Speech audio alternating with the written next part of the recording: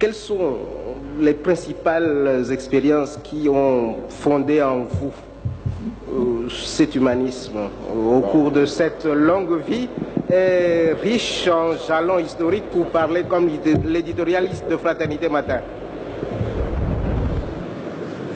Voyez-vous, je n'ai jamais parlé de fouettisme. Je fais ce que je puis pour servir mon pays en rassemblant toutes ces 60 tribus, en les engageant à un développement harmonieux,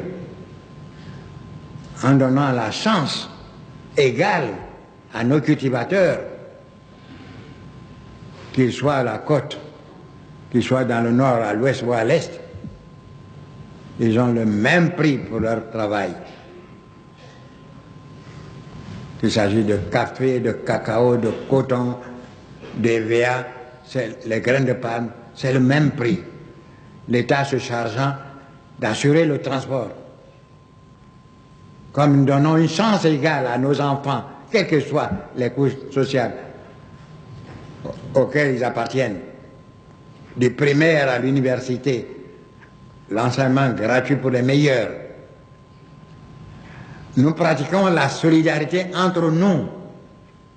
Je vais citer un cas dans cette détresse pour nos chômeurs, que les fonctionnaires entraînant avec eux les Ivoiriens du secteur privé et d'autres étrangers à leur suite consentent, malgré leurs revenus diminués, 1/100 de ces revenus diminués pour venir en aide à leurs frères frappés par le chômage et à leurs jeunes frères dans l'attente, sortis des universités, mais dans l'attente d'un emploi. La solidarité est effective, ce n'est pas un vain mot chez nous. La tolérance est absolue. Nous n'avons pas d'études politiques.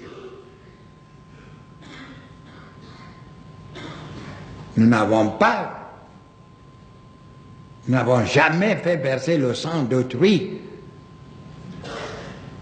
Depuis que nous assumons des responsabilités à la tête de ce pays, nous avons demandé à Dieu face qu'aucune goutte de sang humain ne soit versée par moi, ni à cause de moi, en Côte d'Ivoire ou ailleurs dans le monde.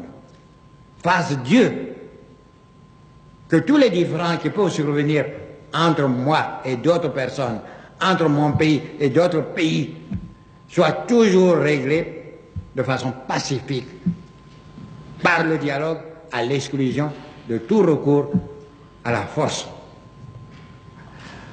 Ce sont ces éléments, peut-être, qui ont fait dire à certains qu'il y a là de l'oufouettisme. Mais voyez-vous, moi-même, je n'ai jamais rien écrit et je dis avec beaucoup d'humour, mais c'est vrai.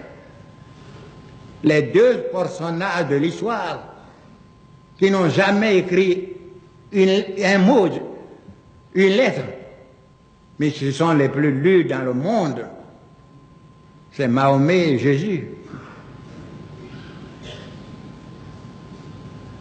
Je suis humble, je ne suis pas à ce niveau, mais j'ai des disciples, moi aussi, que les disciples parlent, écrivent l'oufouettisme, mais ne me demandent pas à moi de le définir.